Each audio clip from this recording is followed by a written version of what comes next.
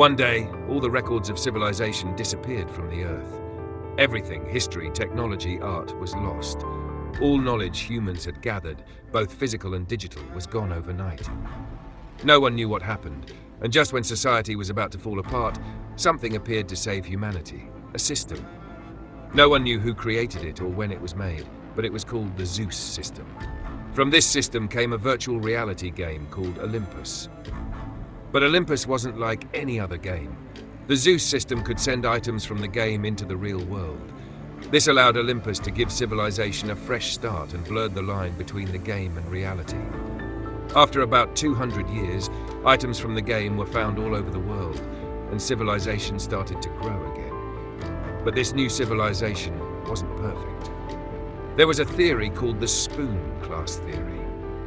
This theory said that because of people's rankings, influence, and possessions in Olympus, there was a growing gap between the rich and the poor, leading to social classes. This gap started in Olympus and soon spread to the real world. The rich became even richer, while the poor became even poorer. The idea of going from rags to riches became impossible. People born poor could only dream of a better life. Our hero, Han Ju-yuk, was born into poverty with one of those dirt spoons. But that didn't mean he was hopeless. The old man who kidnapped him when he was under 10 years old believed that people's worth wasn't based on the spoon they were born with, but on their level and stats. The old man trained Ju-yuk hard in a tutorial area for 20 years, insisting that Ju-yuk had to become the greatest villain.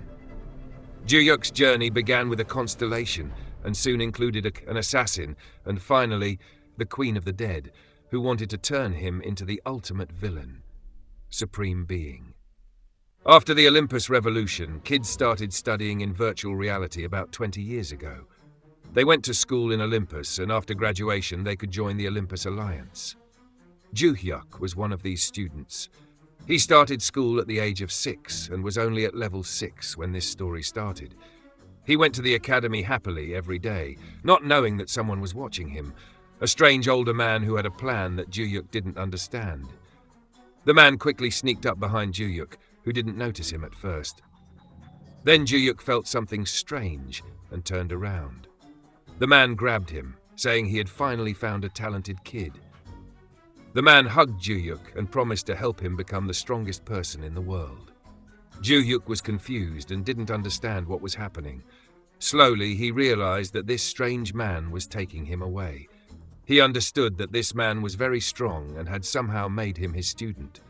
Day and night, Ju-yuk trained extremely hard. He had to stay in a low squat position for 12 hours straight. His master even gave him a worm to eat, saying it was healthy, but it made Ju-yuk feel sick. The training became a nightmare, like a survival game that he never signed up for. He also had to face scary grey hyenas.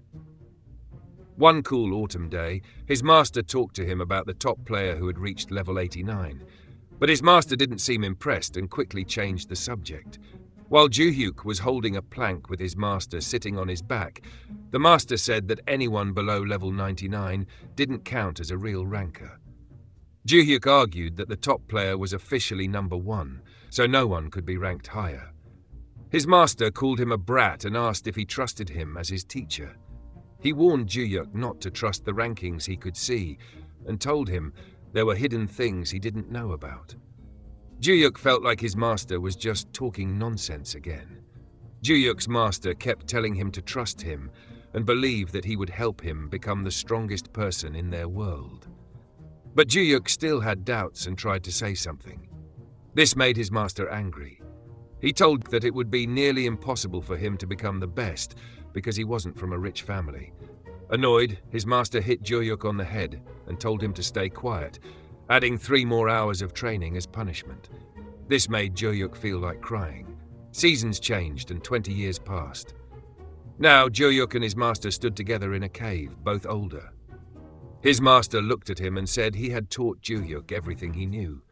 In his mind, Ju-hyuk wished his master would leave him alone, feeling frustrated after all the hard years of training. Ju-hyuk remembered how lonely he felt, especially since his family often criticized him. But he couldn't go against his master, so he kept those feelings inside. Over time, Ju-hyuk trained constantly in Olympus, but most of that time was spent being beaten up by his master. Ju-yuk thought to himself, wondering why he had endured so much pain when he could have just quit the game. But even with all the hard training, he kept going. Finally, he decided to speak up.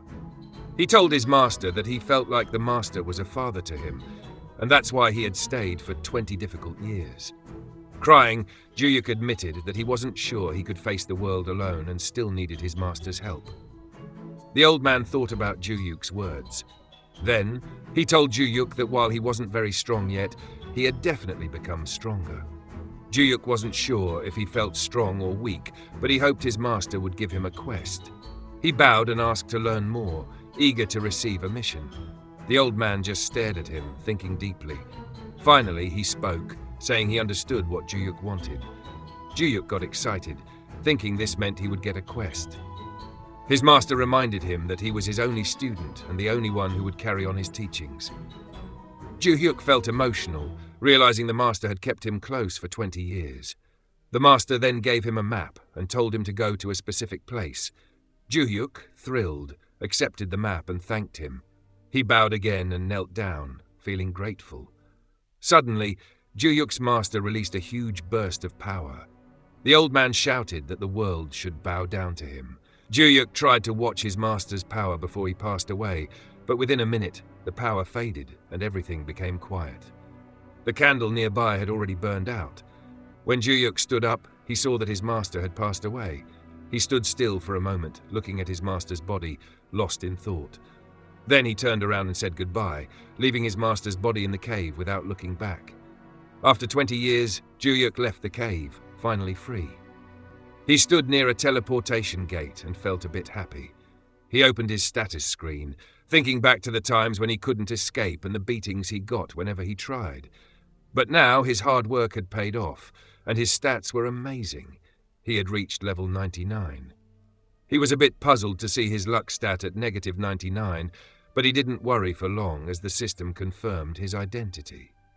A fresh wave of energy filled him as the system lifted the restraint curse, freeing him from his duty as his master's successor. The barrier blocking him was gone, and he was finally allowed to leave. The system then notified him that he was free from the special place called Lena, where he had been stuck for 20 years. Smiling, Ju-yuk thought back on the long years, happy that the moment he had been waiting for was finally here. Ju-yuk happily walked toward the exit, ready to enjoy his freedom and leave his past behind. But just as he was about to step out, the system suddenly showed an access denied message with an error code. Confused, he watched as more errors appeared. The system notified him that his level was abnormal, and that he hadn't followed the proper steps. Then, the system said it would reset all his abnormal levels. Ju-yuk couldn't believe it. Slowly, his level started to drop. After 20 years of hard training, he was losing everything. He began crying, shouting out to Zeus to stop it, but his level kept falling, down to level 1. The system then announced that the problem was fixed, but this only made Ju-yuk feel more frustrated, and he fell to his knees in despair. In shock, he lay on the ground, thinking about how all his hard work from the past 20 years had vanished. With tears in his eyes, he couldn't believe he was back at level 1. He angrily checked his stats, and when they appeared, he saw that he was truly back at level 1. Feeling even more frustrated, he stood up, trying to calm himself down. However, Ju-yuk suddenly noticed that, even though his level was reset, all his stats stayed the same. He thought about what had just happened and realized that only his level had dropped, not his stats. He knelt down, feeling a mix of shock and relief. He realized this might actually be a good thing. He remembered that normally, losing levels came with penalties. For example, one of his important skills, Passion Mind Technique, required level 40 to use. Now he couldn't use his attack skills or equip certain items with level requirements. But he didn't worry. Since his stats hadn't changed, he thought leveling up again would be easy, even starting from level 1. With a smile and tears of happiness, he felt hopeful. He then took out the map his master had given him and looked at his first destination, Urkus, the beginner village. Determined, he set off, believing this was the real start of his journey. After a long time, Ju-yuk finally reached Urkus village. He had left the cave where he had spent the past 20 years and now felt incredibly happy. As he looked around the village square, memories of this place came rushing back to him. He had missed it so much. The sight of vendors selling things in the streets felt so new and exciting, since the cave had nothing like that. The villagers were friendly and cheerful, chatting and laughing together. It warmed Juyuk's heart to see this. Smiling with joy, he felt a wave of emotions. He was finally back home. He almost cried, but quickly decided to head toward the hunting grounds, eager to level up and make progress. As he got closer to the hunting area, someone suddenly blocked his path with a weapon, making Juyuk stop in confusion. The guard standing there asked him about his level. Juyuk simply replied that he was level 1. Hearing this, the guard gave him a doubtful look. Being 26 years old and still at level 1 made Juyuk appear weak and inexperienced. The guard noticed Juyuk seemed a little out of place and told him he should use the east gate instead of the west gate. The guard explained that the west gate could be too dangerous for someone at such a low level. Curious, Juyuk asked if the west gate was off limits. The guard clarified that it wasn't restricted, but it was risky for someone at level 1. Just then, Juyuk spotted a level 5 rabbit nearby. The guard noticed and warned him, saying he wouldn't even be able to catch the rabbit at his current level. Ignoring the warning, Juyuk walked toward the west gate anyway, confidently saying he'd be fine. The guard watched him go, shaking his head, thinking Juyuk was being stubborn. As Juyuk moved closer to the rabbit, a quest notification appeared. The system showed that the guard was worried about him and offered 30,000 gold if Juyuk could calm the guard's nerves. Juyuk found this amusing and thought it would be fun to put on a little show to ease the guard's worry. The guard, watching closely, looked confused when Juyuk waved at him. Suddenly, the level 5 rabbit looked like it was about to attack. The guard yelled, "Watch out!" But Juyuk remained calm. Just as the rabbit jumped toward him, Juyuk's expression turned serious. With one swift punch, he struck the rabbit. It disappeared instantly. Juyuk defeated the rabbit in a single hit. It looked effortless. More monsters appeared, but he kept taking them down one by one with ease. The guard, who had been watching, was completely shocked. He couldn't believe what he was seeing. When Juyuk finished off the monsters, the guard asked if he was really at level 1, as he had claimed. Juyuk replied by asking if guards could even check a player's level. The guard still couldn't believe what had just happened and asked how Juyuk had managed to defeat the monsters so easily. Then the guard pointed out a new threat, a fierce wild boar known as the West Gate's Bully. The guard told Juyuk to step back, saying he would handle it, but Juyuk assured him there was no need to worry. Ignoring the guard's warnings, Juyuk charged at the boar. He struck it hard, right in its weak spot, defeating it with precision. After defeating the boar, a sister message appeared, telling Juyuk that he had leveled up. The guard stood there in disbelief, amazed that Juyuk had beaten the boar despite being at such a low level. The system then informed Juyuk that he had completed the quest and received the reward. This made Juyuk happy and even more confident. Juyuk checked his stats and noticed the reward money he had earned. He thought it was a decent amount for just a few punches. Then he remembered that his stats couldn't be improved because they were already maxed out. Still, he didn't worry too much about it. After saying goodbye to the guard, he left the west gate. As he walked away, he thought about trying a higher-level hunting ground. Life was starting to feel better. He could explore freely and had already earned his first reward.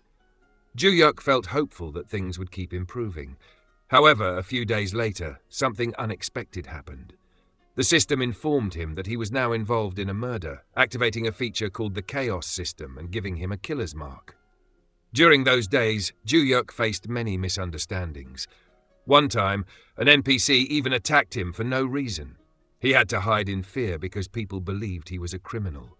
It frustrated him that everyone was hunting him instead of the actual culprit. Then Juyuk remembered his horrible luck. His luck stat was at -99. While he was thinking about his bad luck, someone sneaked up behind him, planning to attack.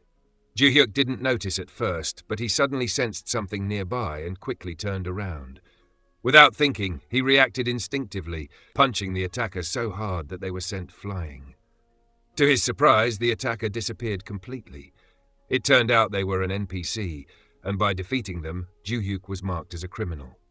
The system notified him that he had now reached a maximum chaotic state because he had killed an NPC. This brought severe penalties, and soon both NPCs and other players started hunting him.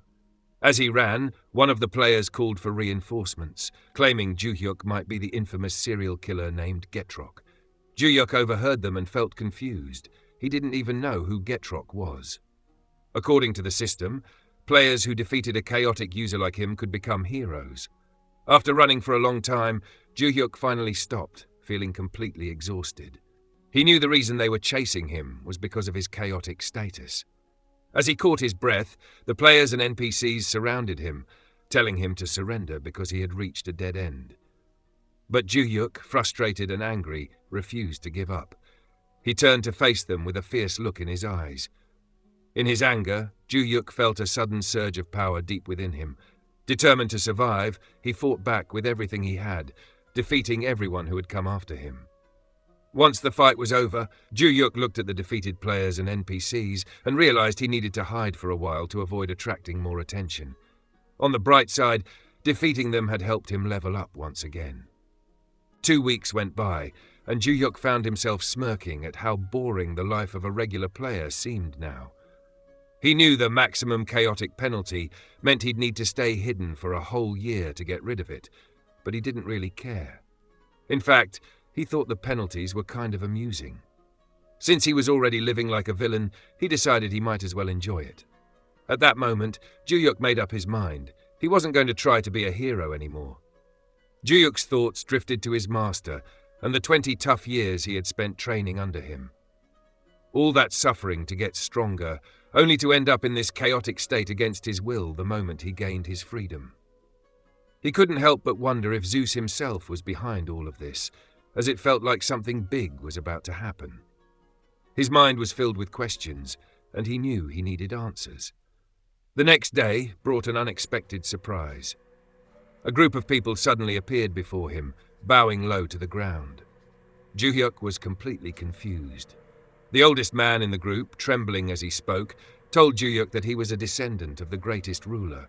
The man looked at Ju-hyuk with admiration and said he could now die peacefully. As they praised him, Ju-hyuk didn't know how to respond. Just then, his stats appeared, and a bright light surrounded him. The group called him the supreme ruler of the Sky Devils. Ju-hyuk was stunned and had no idea what this meant. The system then informed him that he had been officially recognized as the ruler of the sky. However, to fully claim this title, he would need approval from the 12 elders. His title was marked as SSS class, and an SSS class quest appeared in the system, a rare event that had only happened 3 times in the last 200 years. Ju-hyuk realized this was a huge moment. He couldn't understand why something so extraordinary was happening to him. It felt strange and surreal. After 20 years of intense training, he had never imagined his life would take such a dramatic turn once he left the cave. Now, with elders bowing before him and calling him the ruler of the Sky Devils, it all seemed unreal. Even though none of this was part of his plan, Ju-hyuk saw it as a great opportunity. He realized he was now part of something much bigger and far more exciting than he had ever expected. The Age of Chaos had lasted for 7,000 years. After the war ended, peace returned, and the world was divided into 3 main powers. The strongest of these was Santenia, ruled by Garcia Mentus, a supreme being with 14 wives. While reading about Garcia's 7th wife giving birth to a son to carry on the bloodline, Ju-hyuk noticed the elders listening carefully, so he continued reading out of respect. He went on, saying, "Then a new ruler named Shulta appeared, known as the strongest during that era. It was rumored that Shulta had devil's blood, which made him even more powerful. However, during a rebellion, Shulta was injured and had to hide in a cave to heal. Suddenly, Ju-hyuk realized that Shulta was actually his master, and the techniques he had been learning over the past 20 years were Shulta's own skills. Just then, a system message popped up. You have been temporarily accepted as the heir of the Supreme Being. Of the 12 elders, 7 support the return of the Supreme Being, but the other 5 do not. You must find and gain the approval of the 7 supportive elders. Failure will result in severe punishment. Juhyuk couldn't help but wonder what kind of punishment awaited him if he failed. Would his character be deleted, or would he be banned from the system? The message also said he had temporary control over the 12 Sky Devil Elders. They were now like his avatars, connected to him until the quest was completed. With this newfound power, Juhyuk stood up, determined to face the Elders. When Juhyuk confronted the Elders, he asked if they were really the Sky Devil Elders. They seemed surprised but bowed deeply, confirming with respect that they were. They even thanked him for recognizing them, which made Juhyuk laugh quietly. He'd only just learned about them. Juhyuk then told the Elders it was his duty to lead them and restore their former glory. The Elders were overjoyed to hear this. One of them even teared up, and another bowed so deeply that his forehead began to bleed. They bowed again, showing their deep respect for him. Juhyuk instructed them to take the lead, and they eagerly agreed. As they prepared to move, the eldest elder mentioned that he had already dealt with some enemies who were following them, which took Juhyuk by surprise. At that moment, a system message appeared, stating that Juhyuk was now recognized as an elder and would gain experience through the elders in specific areas. His level shot up to 9 from their shared experience. This shocked Juhyuk, as leveling up this quickly was incredibly rare. He began to realize just how powerful these elders were. He decided to use this opportunity wisely, planning to learn as much as he could from them. Curious, Juhyuk asked the elder what his name was. The elder introduced himself as Luxo, the first elder. Juhyuk explained there was a serious problem. He was under a restriction and couldn't use the skills his master had taught him. Luxo nodded and said he had already suspected that might be the case. Juhyuk then told everyone to trust him, promising that he was their true leader and would guide them toward a better future. The elders were deeply moved by his words, thanked him, and trusted him even more. This also made Juhyuk's connection with the Sky Devil stronger. After this, he asked the elders to take him back home. Later, Juhyuk was living a quiet and normal life. While drinking water in the kitchen, he felt like an ordinary person again. Just then, his sister called him over. She told him that their group had completed a good quest, but mentioned a dangerous person named Getrok who was causing trouble near Santenia. This worried Juhyuk because he had heard of Getrok before, and people had even mistaken him for Getrok once. His sister explained that Getrok was very strong, around level 40, and used 2 pistols. He was powerful enough to defeat an entire team alone. She said anyone who captured him would earn a reward of about 3 million gold. Juhyuk was surprised the reward was so low since he remembered the original bounty being over 100 million. His sister explained that smaller groups received less money. Even so, she was happy and joked that if she got the reward, she would treat him to barbecue. Then she noticed the dark circles under his eyes and guessed it was because he hadn't been eating enough meat lately. However, Juhyuk thought it was more likely due to his unlucky negative 99 luck stat. When Juhyuk logged back into Olympus, Luxo immediately warned him that someone was following them. Juhyuk waited and then asked if it could be his sister, but the system said she was on another continent and couldn't receive his message. Suddenly, the person following him appeared, giving off a scary and threatening vibe. The stranger called Juhyuk an imposter. Juhyuk was confused and slightly nervous about why he was being accused. When he turned around, he realized it was Getrok, the criminal with the bounty on his head. Getrok was furious, accusing Juhyuk of pretending to be him and threatening to punish him. Juhyuk knew Getrok was very strong, being at level 40, and realized he couldn't take him lightly. He also knew he couldn't afford to fail this important quest. Deciding he couldn't fight alone, he called for Luxo, his loyal elder. Luxo arrived quickly, ready to help and do whatever Juhyuk needed.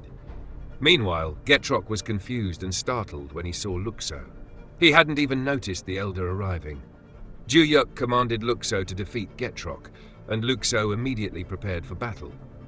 Getrok aimed his pistols, feeling confident because he thought he was only up against an old man and a young boy.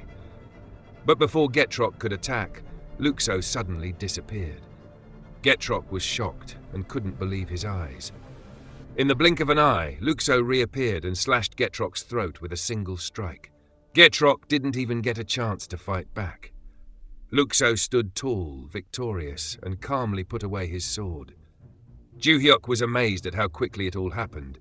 He couldn't believe that Getrok had been defeated so easily, without a proper fight. He wondered whether Luxo was much stronger than he had thought, or if Getrok was just weaker than expected. Luxo then walked over to Ju-hyuk and handed him Getrok's head. The system notified Ju-hyuk that he had received a bounty of 100 million gold for defeating Getrok. Feeling proud, Ju-hyuk praised Luxo's incredible speed and skill.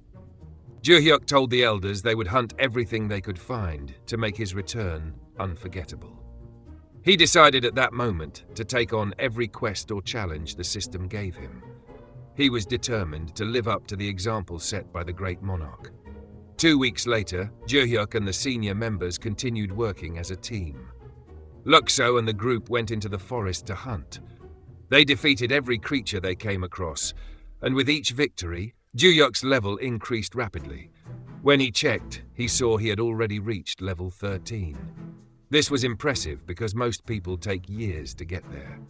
Excited, he began imagining reaching level 40, where he could unlock a powerful skill called Heaven-Breaking Ghost Arc. Confident that Luxo's support would help him level up quickly, Ju-hyuk even thought about starting a business if he couldn't find a job in the future. Then, Ju-hyuk remembered he still had Getrok's head and wasn't sure what to do with it. In his room, he used his computer to search for the best way to sell rare items. The search results suggested selling it in the game instead of real life. However, because of his chaotic status in the game, Ju-hyuk realized he couldn't sell it at public marketplaces. While he was thinking, his sister Sia came by and asked what he was up to. Ju-hyuk joked about giving her Getrok's head, which made her laugh. She teased him, saying if he sold it, he should buy them both hamburgers. Sia became confused when she noticed how serious Ju-hyuk sounded. She was surprised and said there was no way he could have beaten Getrok at his current level. Ju-hyuk admitted that he had already escaped and defeated Getrok, but Sia couldn't believe it. She asked how he managed to do it when he was only at level 40. Ju-hyuk explained that Getrok was defeated by his powerful attack and claimed he was practically at level 99. 10 years ago, Ju-hyuk had told Sia he was level 99, but she thought he was joking. Sia admitted she hadn't believed him back then and thought he was just pulling a prank. Ju-hyuk then told Sia that if she really wanted Getrok's head, she should come to the Refnia Mountains in Santania. He promised to send her the coordinates once she logged in. Sia was confused about why she needed to travel so far, especially since she was only level 25. When Sia logged into the game, she went straight to the entrance of the Refnia Mountains. She told the guard at the entrance that she had business there. The guard warned her that entering the mountains was extremely dangerous and that monsters inside could kill her instantly. Sia just laughed, brushing off the warning and saying she'd be fine. As she walked away, the guard shouted that he had warned her, but Sia didn't look. 3 hours later, Sia was still wandering in the Refnia Mountains. She felt uneasy because it was strangely quiet. Then she remembered her brother had said he would clear out all the monsters before she arrived, which explained the silence. As she was thinking about how quiet it was, her brother suddenly appeared behind her and placed a hand on her shoulder. She was so startled that she screamed and then got angry at him for sneaking up on her without making any noise. She jokingly told him she wasn't planning to hurt him or anything. That's when Sia noticed a dark, intense energy surrounding her brother. She realized he wasn't joking about being at the max chaotic level. She asked if he had killed an NPC, but he just laughed and ignored the question. Instead, he opened his stats window and handed her Getrok's head. Sia was shocked. It felt like she might be dreaming. Her excitement grew when she remembered the bounty for Getrok was over 100 million gold. They chatted for a while, and Sia was amazed her brother had actually defeated Getrok. Later, Sia went to claim the bounty. The officials confirmed it was indeed the head of the notorious criminal Getrok and announced the quest as complete. Sia felt thrilled and relieved, knowing she was about to receive 100 million gold. She started daydreaming about using half the money to buy all her favorite hamburgers. As she waited, Sia remembered a moment from the past when Ju-hyuk had been very sick and throwing up in the bathroom. Their mother had been so worried, and Sia hadn't known what was wrong with him. Thinking about how far her brother had come, she felt proud of how hard he had worked over the years. Once she received the bounty, Sia quickly returned to the Refnia Mountains. When she met Ju-hyuk, she handed him the money, offering him half of the reward. But to his surprise, she gave him 99 million instead of half. Sia explained that it was his first big reward, so she only wanted 1 million as a small thank you. Before Ju-hyuk could respond, Sia said goodbye and suggested they celebrate by having hamburgers for dinner with their parents. Ju-hyuk smiled as he watched her leave, wishing her well. Later, Ju-hyuk sat down and calculated all the fees and taxes, realizing he still had about 80 million left.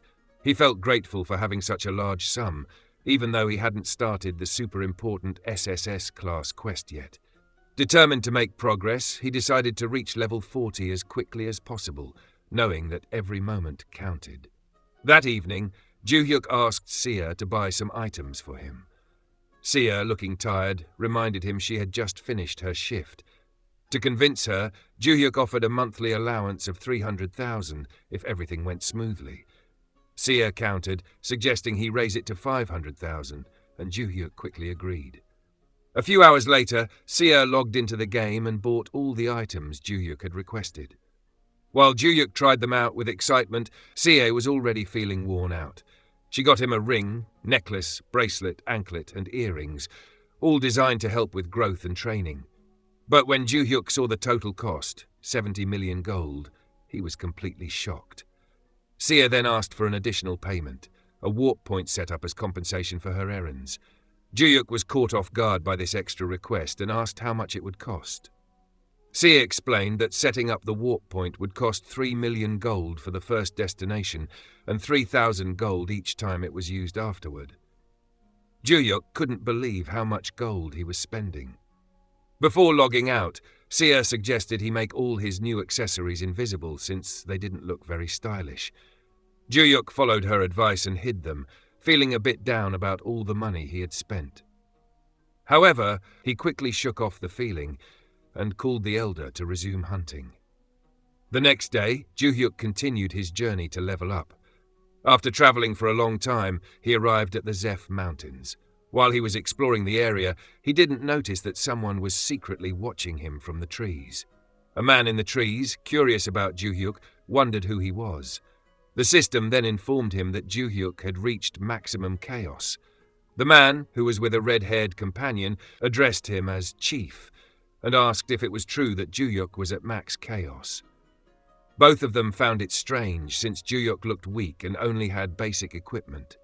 The chief then pointed Ju-hyuk out to his team and commented that Ju-hyuk didn't even realize they were there. He added that Ju-hyuk probably had limited awareness, like a beginner. Finally, the chief told his team to get ready for a fight.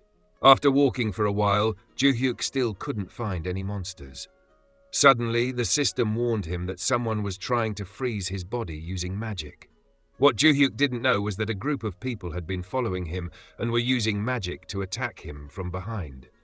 This group had been observing Ju-hyuk earlier. They assumed he was a wizard who had died many times and lost all his items. One of them thought Ju-hyuk would be easy to capture, but their leader, the chief, told him to stop talking and attack immediately. The chief also instructed another member of the group to distract Ju-hyuk so he couldn't defend himself. The group rushed forward to ambush Ju-hyuk, unaware that he already knew they were there. Ju-hyuk turned around and calmly warned them, saying he'd let them go if they stopped now.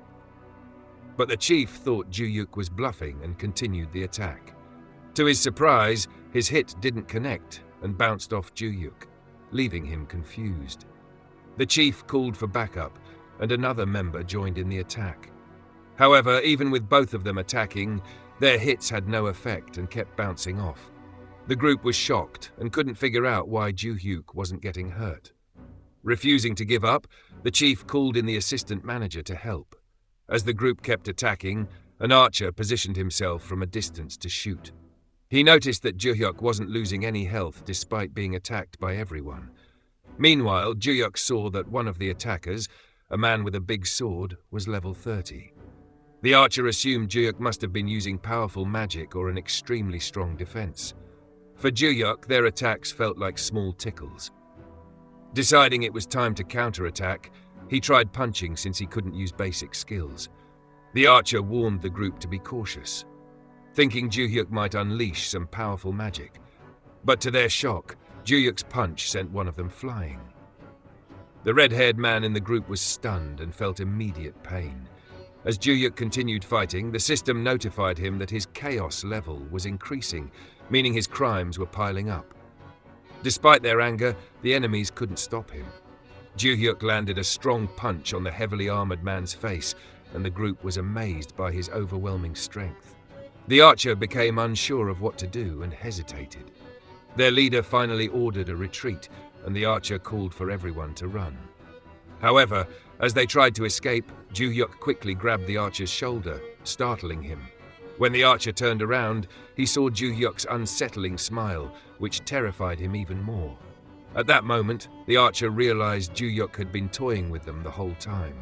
Suddenly, the archer thought of a high-level move called Blink, which only one person was known to use effectively: Rupendal, the level 60 short-range battle mage and infamous player hunter.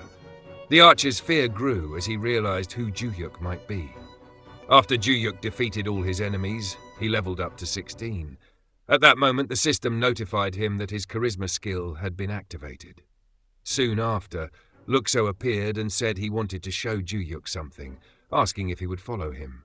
Curious about what Luxo had in mind, Juyuk agreed. They walked for several days and eventually reached a place called the Sky Devil Sanctuary. By then, Juyuk felt exhausted and weak because they had been walking for 7 days with only water and no food. Finally, the elders mentioned a village nearby. Juyuk got excited, hoping to find a proper meal. However, when they arrived, the village looked empty and lifeless. Standing at the entrance, Juyuk wondered if they had come to the right place. Suddenly, some frail and weak villagers appeared out of nowhere. They called Juyuk their supreme being. Right after that, the system informed Juyuk of a new quest, to rebuild this village, which was on the verge of collapse. Juyuk had no choice but to accept the quest. While Juyuk was still taking in the situation, some elders knelt before him. An extremely old man named Prophet Karls, who was 163 years old, stepped forward to greet him. Prophet Karls explained that the 12 elders in the village had been waiting for Juyuk to arrive. Juyuk asked why they hadn't gone out to get supplies from outside, but the prophet explained that it was impossible. None of the villagers or elders could leave the area. Seeing the poor state of the villagers, Juyuk realized that his first priority was to make sure they didn't starve.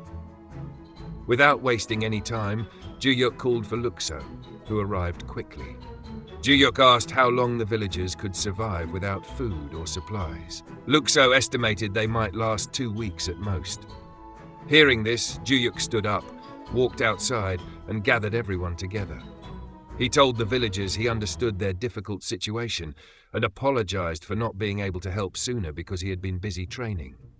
His words gave the villagers hope, and many of them started crying with relief. The system notified Juyuk that the villagers' morale had improved, which meant their loyalty to him had increased. Determined to help, Juyuk asked Luxo to join him on a mission to find food and supplies for the village. They set out immediately, moving quickly to return as soon as possible. Juyuk instructed Luxo to take care of any monsters they encountered along the way and to gather anything useful the monsters might drop. As they headed out on this mission, Juyuk felt confident that he could succeed in helping the struggling village. A week had passed since Juyuk and Luxo left the village, and now they were back in the Refnir Mountains. Luxo praised Juyuk for getting all the items ready on time. Juyuk explained that he had planned it this way and said he had gathered the easiest items first because they needed to move quickly.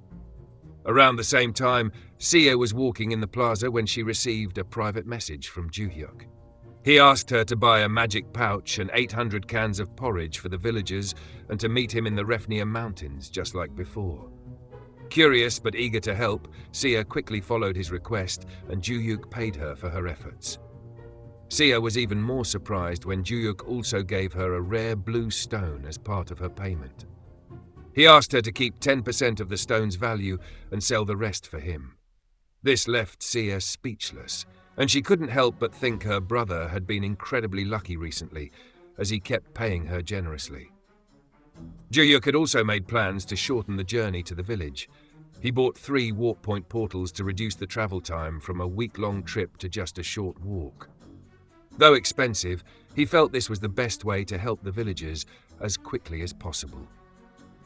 Back at the village, the 12th Elder, Eruda, sat alone in a dimly lit room, illuminated by a single candle. He reflected on the villagers' long period of suffering and felt frustrated with Juyuk.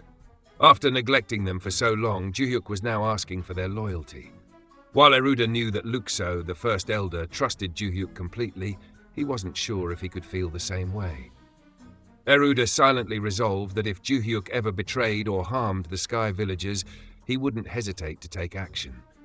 Just then, Eruda heard villagers shouting excitedly that Juyuk had returned. Curious, he rushed outside to see why everyone was so thrilled. What he saw shocked him. A massive amount of canned food being brought into the village. Juyuk had truly come back, just as he promised, and had brought plenty of food supplies. Juyuk addressed the villagers, explaining that the food was for them. However, he warned them to eat slowly at first, because their stomachs might struggle to handle oily food after starving for so long. Eruda was surprised and wondered how Juyuk managed to bring so much food. The villagers were happy and amazed by the amount of food he had brought, and they began to admire and praise him, which increased their loyalty to him. Juyuk quickly told the elder to start distributing the porridge without wasting time. Then he mentioned that he was going inside to rest, leaving the villagers in charge of handling the food. Once inside, Juyuk thought about the village's needs and realized he needed to focus on food and defense first. Just as he was about to rest, Eruda, the 12th elder, knocked on the door and asked to come in. Eruda, with tears in his eyes, surprised Juyuk by kneeling down and apologizing for not being loyal earlier. At that moment, the system informed Juyuk that he had gained the 12th Elder's trust, which was exactly what he had hoped for. Juyuk wasn't sure why Eruda was apologizing so deeply, but he understood that earning Eruda's respect was a big step forward.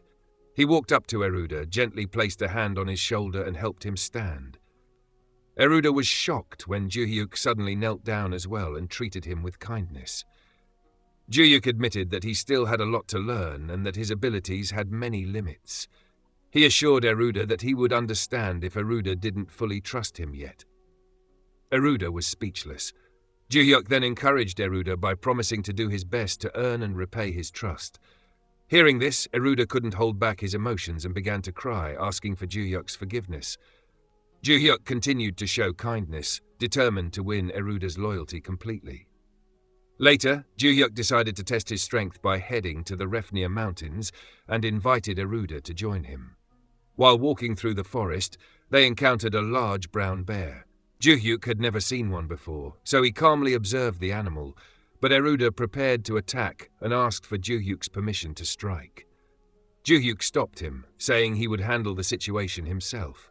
Judging by its size, Juyuk guessed the bear was about level 40. When the bear lunged to attack, Juyuk swiftly dodged, confusing the bear as it couldn't figure out where he had gone. Juyuk was actually up in the trees, silently watching and planning his next move. Confident he could win, Juyuk struck the bear from behind with a powerful punch. The bear fell to the ground, completely defeated in one swift blow. The system rewarded Juyuk with 20,000 gold. Eruda, watching from behind, was very impressed by Juyuk's strength, but Juyuk felt confused, wondering why the bear had been so easy to defeat. After a moment of thought, Juyuk told Eruda that it was time for them to head toward the Amantium dungeon. A few days later, they arrived at a cave where the dungeon entrance was hidden. Inside the cave, they saw the portal leading to the Amantium dungeon. Eruda told Juyuk that he could sense many creatures inside the dungeon, indicating it was dangerous. The Amantium dungeon was famous for being highly challenging, often visited by academy students and instructors from the Great Union to test their skills and grow stronger. Thinking about this, Ju-hyuk wondered how powerful those instructors must be to take on such a difficult dungeon. Wasting no time, Ju-hyuk instructed Eruda to activate his stealth skill and follow him closely as they prepared to enter the dungeon together. Inside the safe zone of the dungeon, other players were talking when they suddenly felt strong and intimidating energy. Looking up, they saw Ju-hyuk and quickly realized he was a high-level, chaotic player. Recently, Ju-hyuk had been hunting monsters on his own, but he noticed that no items dropped when he defeated them. He started wondering if he had bad luck. As Ju-hyuk was lost in thought, a man in armor approached him and asked what he was doing there. Ju-hyuk remembered his sister's warning about people like this, as both she and the man were instructors in the area. The man kept questioning Ju-hyuk, his tone suspicious and rude, which started to annoy Ju-hyuk. The man even said he would allow Ju-hyuk to leave unharmed if he left immediately. The man tried to scan Ju-hyuk's stats, but found nothing impressive, noticing Ju-hyuk was only level 19. Assuming Ju-hyuk would be easy to defeat, the man became overconfident and began showing off in front of the other players. Ju-hyuk didn't understand why the man was behaving like this, but stayed calm. He explained that he was there just to clear the dungeon. However, the man didn't believe him and called him trash, further irritating Ju-hyuk. The instructor told his students to stay behind him and continued doubting Ju-hyuk's intentions. Ju-hyuk repeated that he only wanted to clear the dungeon and had no intention of causing trouble, but the man refused to listen. Slowly, the man drew his sword. Ju-hyuk, still calm, gave him a final warning not to start a fight. Ignoring Ju-hyuk's warning, the man charged forward, aiming his sword directly at Ju-hyuk's chest. To his shock, the attack didn't harm Ju-hyuk at all. Realizing that Ju-hyuk was much stronger than he had assumed, the man became frightened. He quickly told his students to call for backup, revealing that Ju-hyuk was a high-level chaotic player. As Ju-hyuk prepared to attack, the instructor tried to block the punch with his sword. But Ju-hyuk's punch was so powerful that it overwhelmed the sword, creating a bright burst of light that made everyone nearby close their eyes. When the light faded, the students looked again and saw Ju-hyuk standing alone. Their instructor was gone, defeated. Ju-hyuk turned to the students and warned them that if they tried to fight him, they would face the same fate. Terrified, the students quickly nodded, making it clear they didn't want any trouble. Without saying more, Ju-hyuk walked away, leaving the students stunned and confused about what had just happened. After walking a little further into the dungeon, Ju-hyuk spotted something in the distance. It was the place he had been searching for, a massive castle-like structure called the Defense Fortress. The ground around it was littered with skeletons, and Ju-hyuk felt relieved to finally find it. Knowing what he needed to do, he wasted no time and prepared to destroy the fortress. As he got closer, the skeleton guards surrounding the fortress became aggressive, and the fortress's defenses activated, along with its guardian monster. But Ju-hyuk remained calm and confident. He charged forward and aimed a powerful punch directly at the fortress. The force of his blow was incredible, shaking the entire structure. To his surprise, the wall of the fortress crumbled instantly with just one strike. Realizing that destroying the fortress might trigger something big, Ju-hyuk didn't wait around. He quickly left the area, leaving the skeleton guards and the monsters inside confused. A little later, other players arrived and saw that the defense fortress had already been destroyed. They were shocked that Ju-hyuk, who appeared to be at such a low level, could break through it. They also noticed that the skeleton soldiers hadn't even been defeated. Suddenly, their system made a surprising announcement. Everyone was stunned as it declared that the Amantium dungeon had been cleared. Before the announcement, Ju-hyuk was making his way through the dungeon, facing various challenges. He noticed there were a lot of skeletons scattered around and wondered why. Eventually, he reached the dungeon's final level. Stepping back, he prepared himself and then rushed toward a crystal. With one powerful punch, he shattered it effortlessly and was surprised at how easily it broke. Realizing that clearing the dungeon might draw the attention of other instructors, Ju-hyuk hurried to complete the last stage. Afterward, a system message appeared, confirming that he had cleared the dungeon. It also asked if he wanted to use his step-up points. Ju-hyuk chose to use them and leveled up.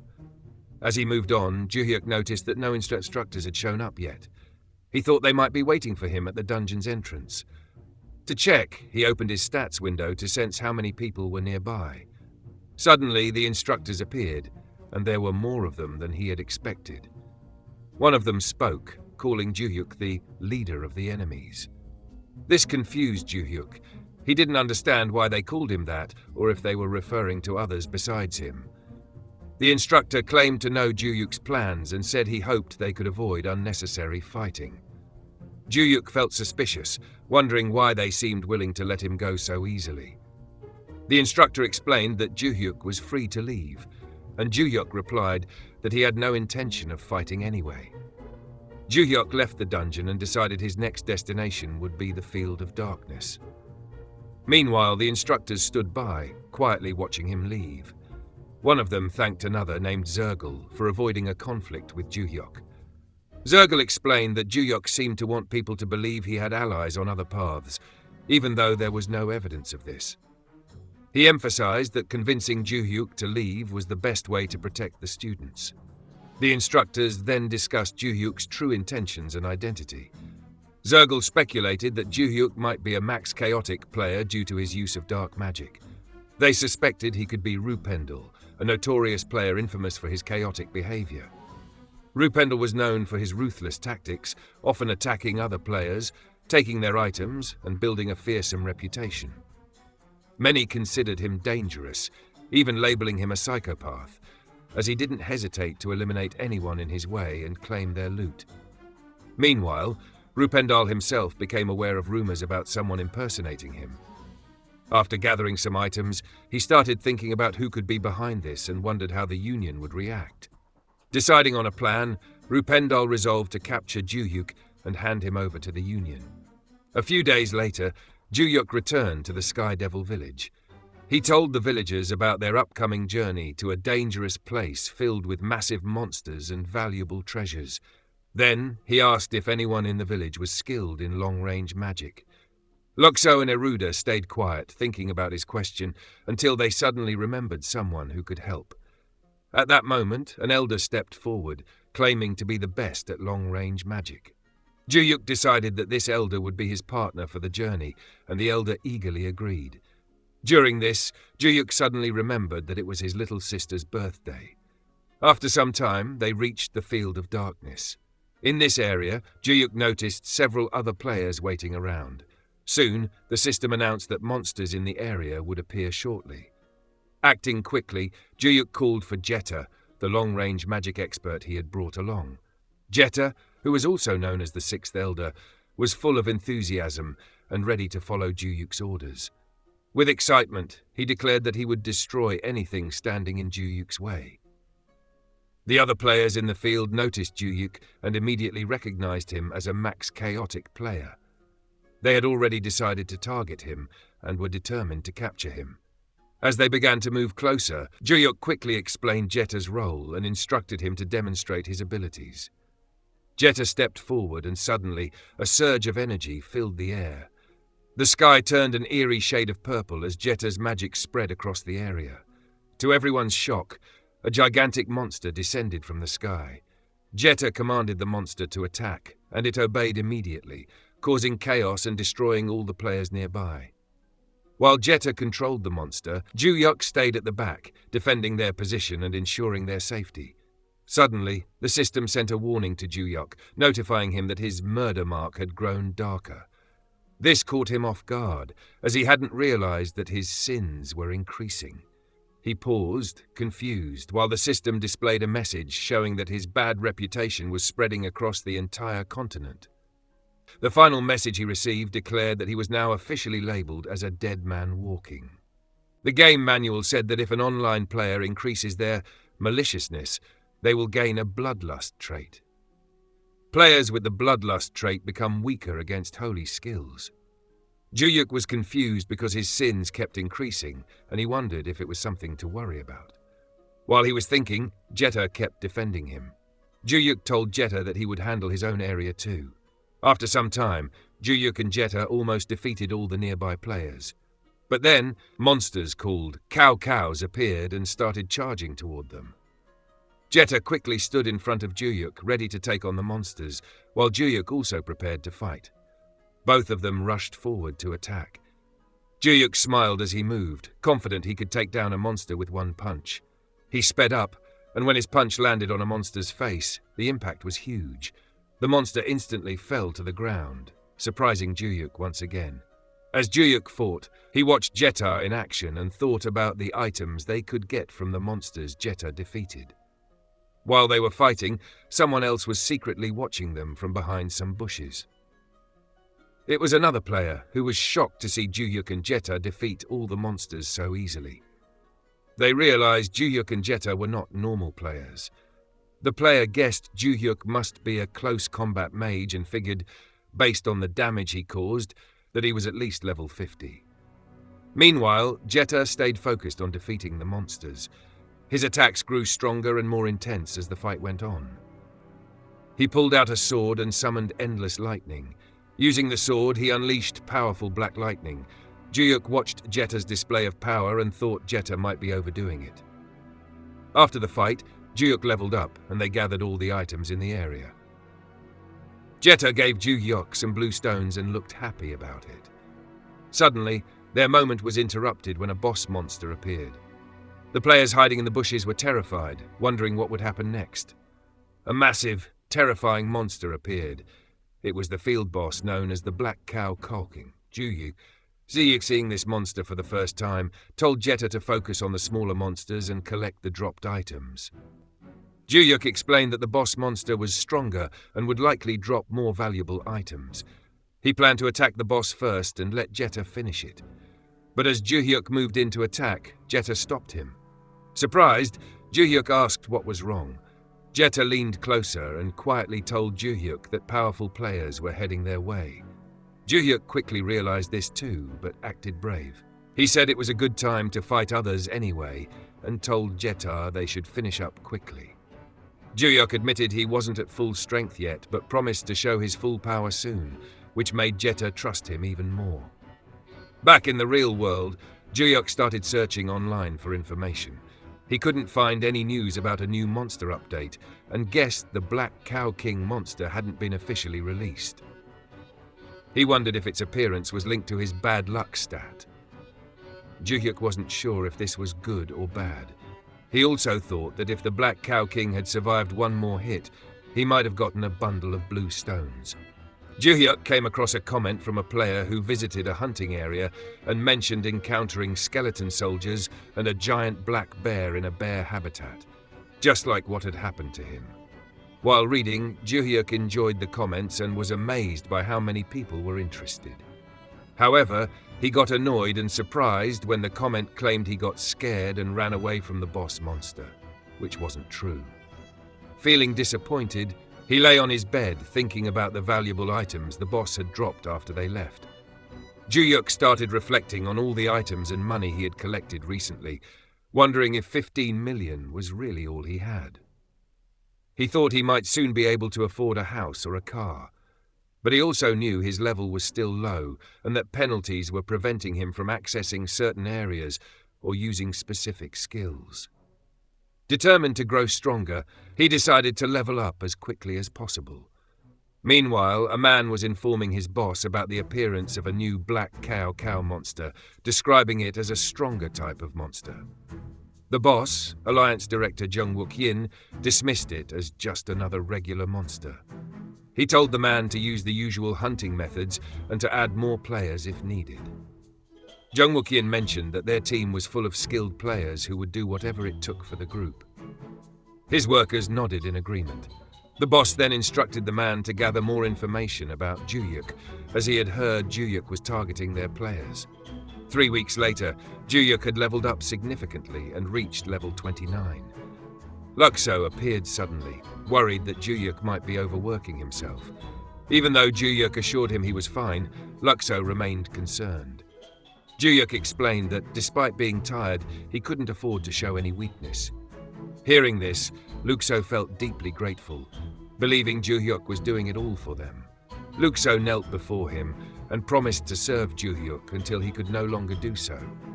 Juyuk felt happy, knowing he had earned the trust of the elders. At that moment, the system notified Ju-hyuk of a new message. Thinking it might be from his sister, he checked it. It was indeed from his sister Seiya, telling him that new quests were appearing all over the world. Curious, Ju-hyuk checked what the quest was about and discovered it involved the 7 constellations, which immediately piqued his interest. Ju-hyuk carefully read the quest instructions. It said that to complete the quest, a player needed to have the bravery of a constellation to face dark forces. Ju-hyuk wondered if the quest was meant for him. In the game's public chat, everyone was talking about the 7 constellations quest. Both Ju-hyuk and his sister, Seiya, looked at the chat and agreed it was very chaotic. Ju-hyuk was confused about why everyone seemed so excited about it. As he thought more, Ju-hyuk guessed that even though he didn't fully understand hidden quests, if this quest was connected to the big Olympus quest, it could give him incredible power.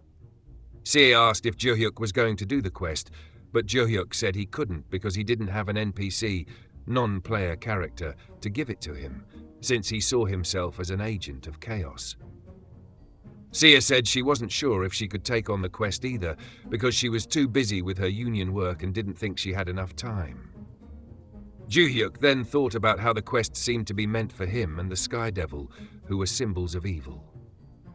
He realized he might be in trouble if he stayed silent and didn't act on the quest. After some time, Ju-hyuk returned to the game. When he met the elders, he told them he was going on a mission alone.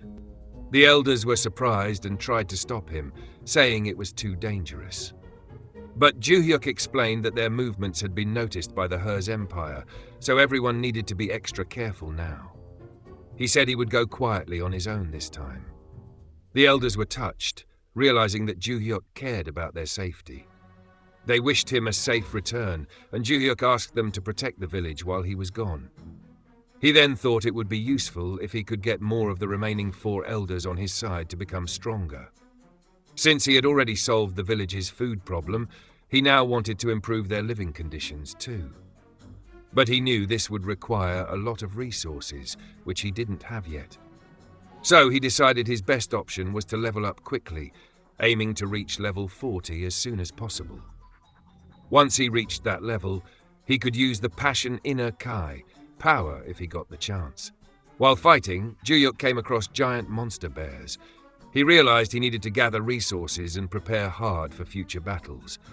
The 3 monster bears attacked him, but he defeated them all easily. Suddenly, the game system notified him that he had learned a new skill called Weirdly Strong Fist. Curious, Ju-hyuk looked at the skill description. The name was funny, but he wondered if it might still be useful for hunting. Ju-hyuk felt happy when he read the skill description. He thought he had done something important. He was glad he could use his skill to gain experience without having to finish the job. He also started thinking about buying a pet and training it to collect things for him. Feeling good, he decided to go home. But suddenly, a strong voice came from behind him. A person with a powerful presence approached him and told Ju-hyuk that he had found him. The person said that because of Ju-hyuk's actions, they were now in a tough situation. He explained that he, Rupendal, was having problems because of things Ju-hyuk didn't even do. Rupendal glared at Ju-hyuk and blamed the bad people from the Union. However, Ju-hyuk didn't know who Rupendal was, which made Rupendal feel embarrassed. Ju-hyuk just saw him as another troublemaker and thought Rupendal was ready for a fight. Rupendal asked Ju-hyuk if he really didn't know who he was, thinking Ju-hyuk might be joking. But Ju-hyuk said he truly didn't know and called Rupendal funny, which made Rupendal even angrier.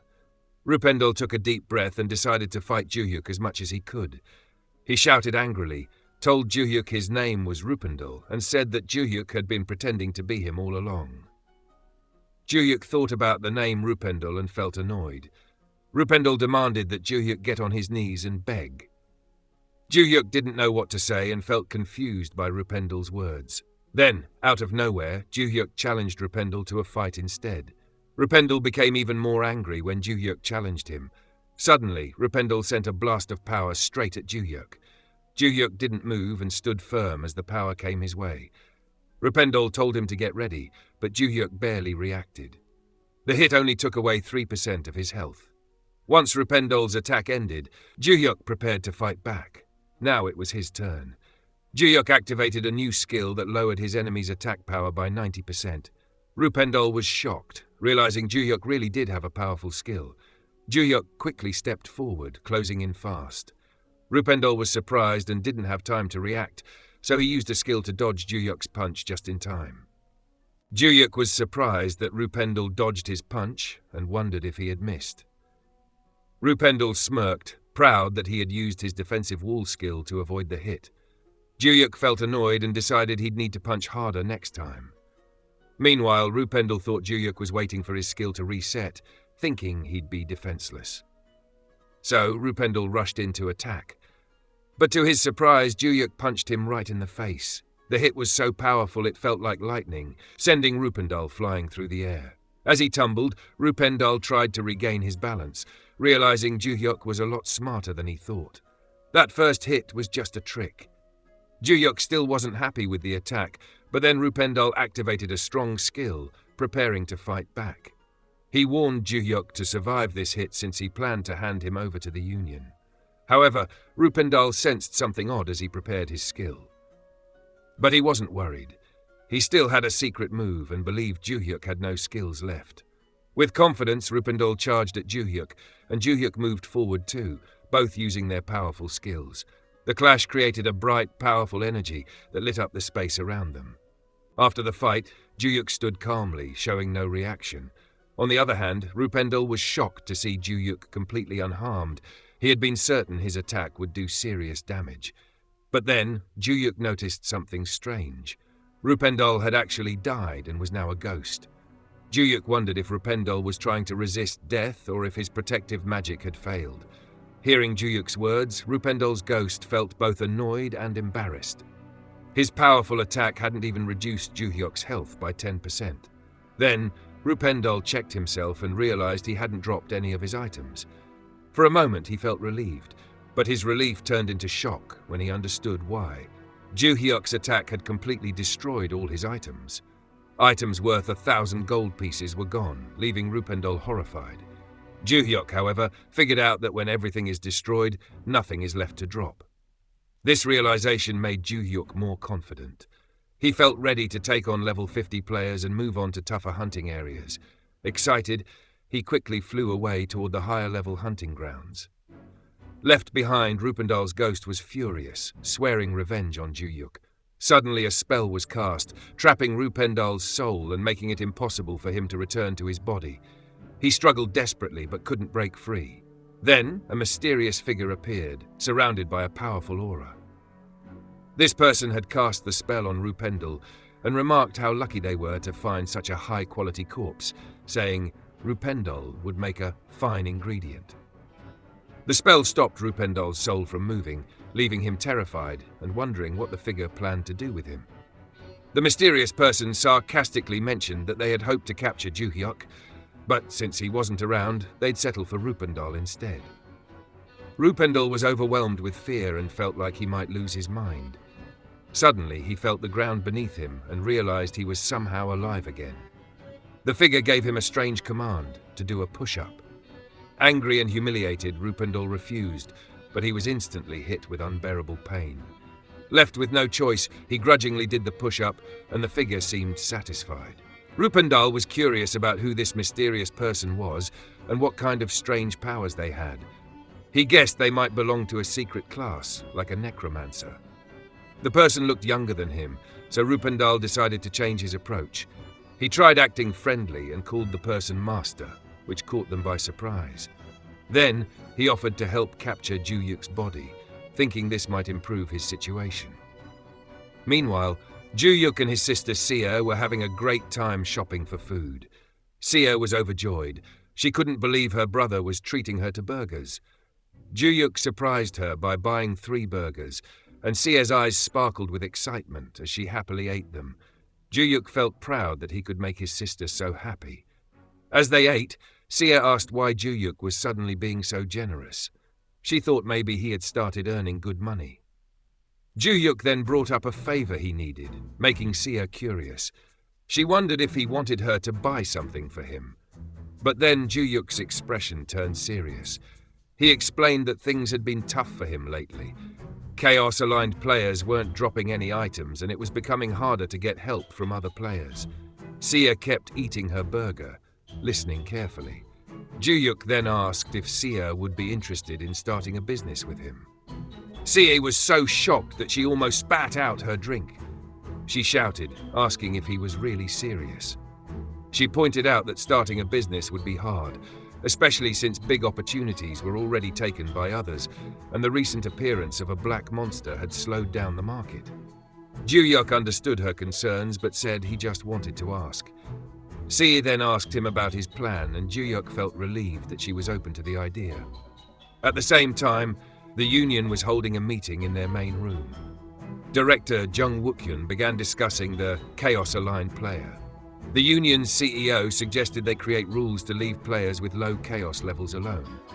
However, Jung Wookyun clarified that the chaos-aligned player they were dealing with wasn't Rupendal. He played a video showing Rupendal fighting Juyuk. In the footage, Rupendal and Juyuk were in a one-on-one battle. The union leader praised the team for obtaining the video. As they reviewed it, they noticed Rupendal had made a big mistake by charging in too recklessly, which led to his defensive magic being broken. At the end of the fight, everyone agreed that Juyuk was an incredibly powerful fighter.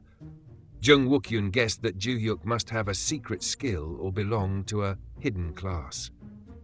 He then shared that while gathering information, they also received a new step-up quest from a noble NPC. The leader asked about the quest, and another member, Akion, explained that it was about capturing someone named Ramtardian. He showed a picture of Ramtardian and added that the nobles believed Ramtardian was a chaos-aligned player. The leader pointed out that Ramtardian didn't look like the person in the video. Jung Wookyun agreed and explained that the system viewed Ramtardian as the agent of chaos responsible for recent problems. He also mentioned that capturing the man from the video would still count as completing the quest. The leader accepted this, saying that as long as they earned the quest points, it didn't matter. The leader then asked Jung Wookyun how many people he would need for the mission. Jung Wookyun suggested that a team of 30 would be enough. He added that using union members as shields to weaken the target would make the fight easier. A woman raised concerns about whether the members would be fairly compensated for risking their lives, but Yukon was confident that they would give it their all. The leader approved the payment, agreeing it was enough for the mission. Akion then mentioned that capturing the target also came with a massive bounty, 7 billion won.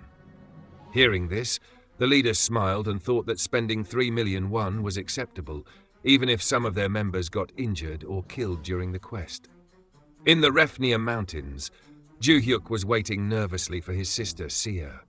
When Sia finally arrived, Juyuk asked if she had brought everything he had requested. She said she did, but she wasn't sure if the items would be good enough because they were low-quality materials. She thought they were far worse than what magicians usually used. Sia also mentioned that, since Juyuk had changed his job, he probably wouldn't even be able to use them. Juyuk didn't let her comments bother him. Instead, he asked if she knew that sword masters could turn even simple weeds into powerful swords. He explained that a super-skilled player could make even basic attacks feel like advanced special moves. As Juyuk began using the books, he quickly learned new skills, which surprised Sia. She couldn't believe that he hadn't actually changed jobs yet. With his skills, she thought anyone would assume he had already done so. Sia became emotional and was almost in tears, but Juyuk thanked her and reassured her that together they would achieve great things. The two then made plans for their next steps, with Juyuk ensuring Sia wouldn't have to carry any equipment herself. Juyuk then showed that his stats were still strong and said the effects wouldn't be a big issue. Suddenly, he used a skill called Novice Healing on Sia, which instantly restored her health. Sia was surprised and asked if it was really necessary since she was about to drink a potion. But Juyuk told her it wasn't needed as her health was already full. When Sia checked her health points, she was shocked to see them at their maximum. She could barely believe it. Juyuk used another skill that magically changed Sia's clothes. Sia looked surprised and wondered what kind of equipment she should use. Juyuk then pointed to something nearby. When Sia turned around, She was shocked to see a giant bear standing behind her. The bear let out a loud roar and looked ready to attack. Sia was nervous and didn't know what to do, especially because it seemed like Ju-hyuk wanted her to handle the bear on her own. 3 minutes later, Sia had defeated the giant bear. She dropped to her knees, barely believing that she had managed to win against such a massive creature.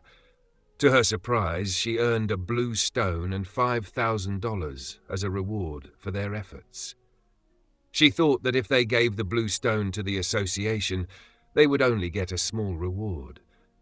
But since they weren't tied to any group, they got to keep everything they earned for themselves. Ju-hyuk quickly urged Sia to follow him into the dark wilderness, saying they could level up faster there. As they moved deeper, a group of monsters started charging toward them. Ju-hyuk stayed calm even as the monsters came closer. Suddenly, one of the monsters attacked from behind, catching them off guard. Sia reacted quickly, casting a spell to prepare for a counterattack. She stood firm, ready to fight back, and unleashed a powerful lightning bolt, stunning even Ju-hyuk with her strength. Before long, they had defeated all the monsters. Sia felt proud of her accomplishment. Ju-hyuk smiled and announced that even more blue stones had dropped from the fight. Sia was amazed when she counted 18 blue stones, realizing they could sell them for a huge amount. 90 million won. She wandered around happily, holding the stones, while Ju-hyuk carefully checked their surroundings and noticed there weren't many people nearby. Suddenly, Ju-hyuk sensed someone sneaking up behind him to attack. He quickly spun around and delivered a powerful punch, sending the attacker flying. Sia didn't hesitate and finished the attacker off with another lightning bolt. Ju-hyuk told her to pick up anything the attacker might have dropped. Sia felt a little uneasy, saying it felt like stealing, but Ju-hyuk reminded her that they were only defending themselves. Since the attacker struck first, it was fair to take the items as their rightful reward. A group of men in armored suits appeared nearby, looking strong and serious. Sia started feeling nervous, thinking they might be there to attack Ju-hyuk. However, Ju-hyuk stayed calm as the group got closer. Ju-hyuk quickly realized it was too late to escape. Sia felt even more anxious when the system announced they couldn't leave the area, meaning a PvP battle was about to begin. Ju-hyuk reassured her and suggested she stand off to the side so it wouldn't seem like they were on the same team. Soon, a man named Jaya approached Ju-hyuk and asked how many people were after him. Despite Ju-hyuk's calm warning, the group refused to back off. Their leader was Jin K, the director of the Ink Association, and he was determined to capture Ju-hyuk. They cast magical chains on Ju-hyuk, but he remained completely calm, not even flinching or trying to escape. To everyone's surprise, Ju-hyuk easily broke the chains and then launched fireballs at the group. Jin K thought Ju-hyuk was just using basic magic and confidently instructed his soldiers to prepare for a counterattack. The soldiers raised their shields and used a spell to break magic. Jin K reminded his team that even though the fireballs looked strong, Ju-hyuk was known for close combat, so weak spells like fireballs shouldn't be much of a threat. The soldiers strengthened their defenses, and Jin K even announced a reward of $3,000 for taking Ju-hyuk down. But as soon as the fireball hit their barrier, it caused a massive explosion. Ju-hyuk stared at the huge blast, confused about why they kept mistaking him for someone named Ramtadian. Jin K was shocked. They hadn't expected the fireball to be so devastating. When the smoke cleared, he saw that all the soldiers protecting him had died in the explosion. He couldn't believe how powerful Ju-hyuk's magic was, even from a distance. Jin K, now unsure of Ju-hyuk's true strength, told his remaining soldiers to hold back, feeling uncertain about what to do next. Ju-hyuk stood still, wondering why the attackers had stopped. He warned them that anyone who touched his magic would be destroyed. He was impressed by how powerful the fireball had been, especially since it was his first time using it. While waiting for the fireball skill to recharge, Sia asked why he wasn't moving and just standing there. Ju-hyuk calmly explained that he was waiting for the cooldown to end so he could use it again. Sia thought her brother was acting a bit odd. As Ju-hyuk waited, feeling bored with 50 seconds left for his skill to recharge, Jin K gave orders for his men to prepare for another attack. Just then, the Union leader, Ian, arrived. Jin K had called him for backup. Jin-Kei quickly updated Ian, saying 3 of his men had already been defeated and that Ju-hyuk's skill was currently recharging. He suggested they end the fight quickly. Ian agreed, saying they should proceed, even if they had to share the rewards. Jin-Kei didn't waste any time. He ordered his team to get ready and reassured them that they could still win, even against a magician, because Ju-hyuk was under a restriction. Following Jin-Kei's orders, the attackers surrounded Ju-hyuk and launched a storm of arrows at him. Despite all the arrows flying his way, Ju-hyuk stayed calm and even smiled. When the arrows hit, there was a massive explosion, but the attackers didn't stop. The soldiers in the back rows prepared to fire another round. Jin-Kei instructed them to keep attacking, thinking that constant pressure would keep Ju-hyuk's restrictions strong. He was confident Ju-hyuk wouldn't be able to handle so many attacks while still under the restriction. Jin-Kei was shocked when he suddenly saw Ju-hyuk attacking from the side. He couldn't understand how Ju-hyuk was moving so freely when he was supposed to be restrained. With his skill ready to use again, Ju-hyuk confidently launched attacks at his enemies. Smiling, he warned them not to mess with him, but they kept coming. Since they had started the fight, he decided to take them on directly. Seeing Ju-hyuk's fierce fighting, Jin-Kei quickly ordered his men to fall back and stop Ju-hyuk from getting too close. Just then, someone placed a hand on Jin-Kei's shoulder. It was Len, the union leader. Len praised Jin-Kei for holding the situation together and asked if more reinforcements had arrived. As it turned out, more men had shown up with Len since he had called for additional help. Len declared that their main goal now was to capture Ju-hyuk. Ju-hyuk kept fighting relentlessly, and more of Jin-Kei's men were defeated. Len observed that Ju-hyuk might be tiring from the continuous battle and thought they might have a chance to capture him. However, Ju-hyuk noticed that his health wasn't dropping, and he figured these soldiers were much weaker than Rupendal. Feeling confident, he believed he could take on 200 of them at once. Meanwhile, Ju-hyuk's sister Si was watching the fight from a distance, feeling anxious for him. Suddenly, Ju-hyuk sent her a telepathic message, instructing her to attack him too. Si was surprised by his request, but Ju-hyuk explained that if she attacked him, it would prevent others from suspecting they were on the same team. Si hesitated, but eventually agreed. She told Ju-hyuk she would use a lightning bolt, and he calmly told her to go ahead and do whatever she wanted. Without delay, Si cast a lightning bolt and aimed it at Ju-hyuk. The system notified him that his enemies were being defeated rapidly, but he couldn't avoid the lightning bolt, so it hit him directly. At that moment, Si noticed a special quest had appeared. The enemies started glowing with a dark aura, and the mark on Ju-hyuk's body grew darker as well. The system then announced that Ju-hyuk's sins had deepened, awarding him the ominous title, Natural Born Killer. Ju-hyuk checked the meaning of his new title and learned it was given to someone with dark and dangerous energy. Although he wasn't completely shocked, he felt the title was a bit extreme. As he continued fighting and defeating soldiers, he wondered why people kept asking if he was a fighter or a magician. Ju-hyuk calmly told one of them that he hadn't changed his class. Ian and Jin-Kei were growing worried as they saw their soldiers falling one by one. Ian didn't believe Ju-hyuk hadn't changed classes. He assumed Ju-hyuk must have a special hidden class with a significant weakness. Frustrated from just watching, Ian told Jin-Kei they should join the fight too. Ian warned Ju-hyuk to get ready because he planned to find his weakness and defeat him. But Ju-hyuk remained calm, unfazed by the threat. Ju-hyuk was starting to feel bored fighting the soldiers since it wasn't helping him level up quickly. Around this time, Si wanted to try something, so she asked for Ju-hyuk's permission. She explained that she had a special quest for a job change. They went to the Romania dungeon, and Si warned Ju-hyuk she was going to attack him. Ju-hyuk agreed, and Si hit him with a lightning bolt. He felt a small sting, similar to Rupendal's attack, but his health didn't drop much. Si kept throwing different magic attacks at Ju-hyuk without stopping. After a while, she finally succeeded in completing her quest, but she felt very tired. Then, the system informed Si that Ju-hyuk had defeated thousands of people, which left her surprised. Ju-hyuk wondered if this was connected to his own mission. At that moment, some skeleton monsters appeared. Ju-hyuk told Si to wait while he took care of them. Seer watched as Juyuk defeated the skeletons with ease, barely breaking a sweat. Suddenly, Seer told Juyuk to stay as far away as possible, leaving him confused. Juyuk said she could call him if she needed help. Right after, the system notified Seer that she had completed her job change quest, making her feel extremely happy. At the same time, Juyuk received a system message saying the main scenario had been updated. The system announced that the role of the 7th cleric had been chosen, surprising Seer. Suddenly, she began to glow and wondered what the system meant by 7th cleric.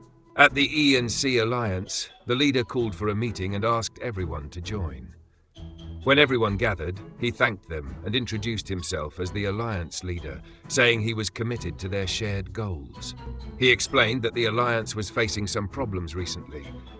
He mentioned that they failed to complete the Chaos-aligned players' subjugation quest because they had incorrect information. Because of this mistake, many of their partners had cut ties with them, putting the Alliance in a tough situation. To fix this, he said they would have to let go of some employees. One person in the crowd blamed the Chaos players for everything.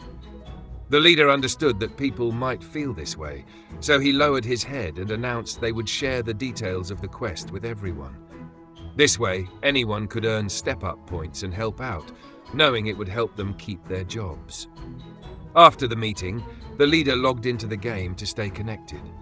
He thought people might understand his position better since he had been killed in the game by a Chaos-aligned player.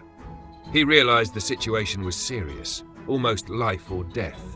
So he knew he had to work with the directors to fund the mission to stop the problem player. Soon, he entered the Olympus building, wearing a coat. An employee greeted him, saying it had been a while since his last visit, and asked why he was there. The leader then pulled out a scroll, saying it had details for an assassination job targeting the Assassin's League head. The man read the scroll and assured the leader that, even though the job would be difficult, it shouldn't be a problem for the Assassin's League head. The man then asked how much gold the leader brought for payment. The leader quickly showed him the money, saying it was 1 billion gold. The man agreed and promised the job would be done in 3 days. The leader thought the Chaos-aligned player wouldn't stand a chance against one of the Empire's top assassin groups, the Assassin's League. Confident in his plan, he left the building, hoping they would finish the job quickly, since he had paid so much. Next, the leader went out into the open fields, leaving the safe zone behind. As he walked further, something shocking happened. His head was suddenly cut off. A system message told him he was dead, and he fell to the ground, surprised that he hadn't even sensed the attack. A person then appeared, surrounded by a strong aura and wearing a red mask to hide his face. The masked man dropped a card onto the leader's body, making him think it was the mark of the Black Rose Society. The masked man said this was only the beginning, and that the leader would face endless punishment, leaving him in shock. Meanwhile, at the Assassin's League stronghold, a servant told the Assassin's League head that he had passed the leader's request to the Abyss troop. The head of the League guessed that the leader was likely already dead, then said he would take care of the task himself. The servant suggested letting others handle it, but the League head placed a firm hand on the servant's shoulder, creating a strong, tense feeling. Then the head spoke his name, reminding the servant he was annoyed but sparing his life. The head went on his way, announcing that he would personally take on the job and wanted everyone to know it. As the Assassin's League head continued, he realized the moment he had waited for had come, but the absolute being he had hoped to see never appeared. The head of the Assassin's League, the second elder Johann, wondered if Juhyuk might really be able to grow into a supreme being. On the other side, Juhyuk was surprised to find out that Sia had already reached level 30. He couldn't believe how quickly she had gained experience since becoming the 7th constellation, the pure white magician. Sia thanked her brother for helping her get to such a high level. Juhyuk was amazed that Sia had unlocked a hidden class just by hitting him, which made him wonder if he really was a supreme being. He thought that at this rate, Sia could even reach level 99. The system then announced that Sia had achieved the rank of Platinum Hero. Ju-hyuk thought her new look was striking and would definitely draw attention. Sia teased him, saying she wanted to try killing him to see if she'd earn a reward. She asked Ju-hyuk if she should go ahead and do it, but he didn't like the idea. Ju-hyuk told her that it wasn't right, but Sia argued that it was just a game and if there was a reward, they could share it. Ju-hyuk then said that if they ever found themselves in a situation where he had to die, he'd let her do it, which made Sia excited. Ju-hyuk admitted that he was just curious, but he was surprised by how happily Sia smiled at the thought of killing him. Afterward, they decided to go level up, and Ju-hyuk was happy to see Sia smiling more often after becoming a cleric. Over the next few days, they went on hunting trips and cleared dungeons, collecting many valuable items. Ju-hyuk opened his status window to check his level. He saw he was at level 39 and thought he just needed to kill a few more monsters to reach level 40. A little later, Sia said she was going to restock potions and other supplies. Ju-hyuk told her to pick up any items dropped on the way, and she agreed. Ju-hyuk thought he could kill a few monsters while Sia was gone, since she would likely take around 10 minutes. But suddenly, he heard a strange voice calling him the absolute being of the Sky Devil. He turned around and was shocked to see a man standing behind him, holding a knife to his throat. The man introduced himself as the second elder Johan. He said he was there to test if Ju-hyuk was truly on the path to becoming a supreme being. He warned Ju-hyuk that if he wasn't, there would be consequences. Johan made it clear that the Assassin's League would sentence him to death. The quest log showed it was an SSS-level quest titled Second Elder Johan's Ambush. Johan is the leader of the Assassin's League and one of the 12 Elders of Sky Devil. He is an expert in surprise attacks. However, Ju-hyuk remained calm, sensing that he was about to be involved in something very important. He thought about how Sia became a strong constellation just by hitting him, and started wondering if other constellations could also grow quickly without using step-up points. If that were true, it could mean he might have to face all the constellations by himself one day. This made him feel that an SSS-level quest was the only fair way to keep things balanced. Ju-hyuk then said Johan's name out loud. Johan, instead of reacting much, just told him to prepare for a fight. Ju-hyuk responded by saying he didn't have a weapon and needed to prove himself without one. Johan asked what he meant by that, and Ju-hyuk explained that he had a special restriction placed on him, but it would soon be removed. Hearing this, Johan decided to release Ju-hyuk. Ju-hyuk then mentioned that the Absolute One they were waiting for would soon appear. He questioned Johan, asking if he truly wanted to destroy this possible future, and hinted that he might regret it. Johan didn't say anything, so Ju-hyuk told him that soon he would demonstrate the powerful Shattering Sky technique that his master had left for him. Johan was surprised when Ju-hyuk mentioned the Shattering Sky technique and asked if he was serious about it. Ju-hyuk confidently replied that it would only be possible if Johan gave him the chance to prove himself right in front of him. Johan agreed, saying they would meet again, whether it turned out to be true or not, and promised to watch. He gave Ju-hyuk 10 minutes to show what he could do. The system then notified Ju-hyuk that Johan had granted him this time. Ju-hyuk planned to use it wisely by quickly killing a few monsters to gain experience points and leaving the dungeon within the time limit. However, to his frustration, he couldn't find any monsters. He was expecting to see something usual like a bear or skeleton, but nothing appeared. This made him feel uneasy, as it seemed his luck had run out. The system alerted him that only 30 seconds were left. Ju-hyuk started panicking, wondering if he'd have to fight Johan without being ready. He even thought about making up an excuse to stall for more time. Just then, Sia's voice broke his thoughts as she called out to him. Ju-hyuk quickly warned her that it was dangerous, but to his shock, Sia was running toward him with a whole crowd of monsters chasing her. She shouted at him, saying he didn't understand how tiring it was to gather all these monsters. Ju-hyuk stood there, stunned, not knowing how to react at first. Then he quickly thanked Sia for bringing him the monsters. Sia, however, was confused and couldn't figure out why her brother wanted her to stay away. Before she could process what was happening, Ju-hyuk ran past her so fast that she jumped in surprise. He told her to keep running and promised to explain everything and share the loot with her later. Ju-hyuk didn't waste any time and quickly defeated all the monsters, leveling up to level 40 just in time. With only 1 second left, he activated the skill. The system then confirmed that Ju-hyuk had met the conditions to use the Shattering Sky skill. As the skill took effect, the system announced that his abilities had significantly improved and his control over Sky Devil had increased. Suddenly, the system awarded Ju-hyuk the title of Bringer of Death and declared that the Supreme Being had been born. Johan was shocked when he saw the powerful aura surrounding Ju-hyuk. Ju-hyuk felt a mix of emotions as he realized he was truly ready to become the Supreme Being. Curious about his new abilities, he checked the effects of his title. The system revealed that the Shattering Sky skill had been upgraded, now regenerating 20% more MP. Ju-hyuk was surprised because even when he had activated the Destroyer skill, it didn't grant him such a huge boost in power. Suddenly, Johan kneeled before Ju-hyuk and addressed him as Lord. He apologized for not recognizing Ju-hyuk's strength earlier and for doubting him. Ju-hyuk reassured Johan, saying it was understandable and that he would have done the same if their roles were reversed. Inwardly, Ju-hyuk realized he now had complete control over the leader of the Assassins' League.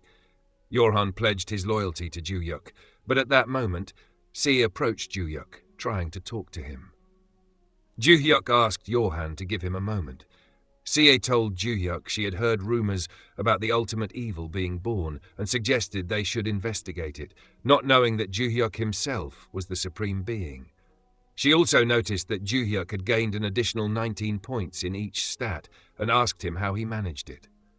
Ju-hyuk gave a simple explanation, but Sie was so shocked that she said she was going to log off. Sie returned to the real world, still unable to believe what she had seen. She thought 19 points in every stat was way too much.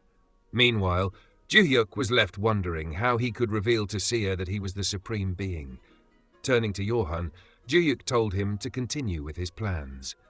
Ju-hyuk was confident that his reward would include the entire Assassin's League, but Johan seemed to have something urgent to say. When Ju-hyuk asked him to speak, Johan informed him they had company. Ju-hyuk immediately guessed who it was and felt irritated, thinking the person had chosen the worst time to show up. A man was charging toward them with an army, shouting orders to his soldiers. He told them that Ju-hyuk was Ramtadian and promised a huge reward to anyone who could kill him. Ju-hyuk, on the other hand, wondered why people kept calling him Ramtadian. That's it for today's recap. If you loved it, like, share, and comment your favorite moment. Don't forget to subscribe and hit the bell for part 2. See you next time.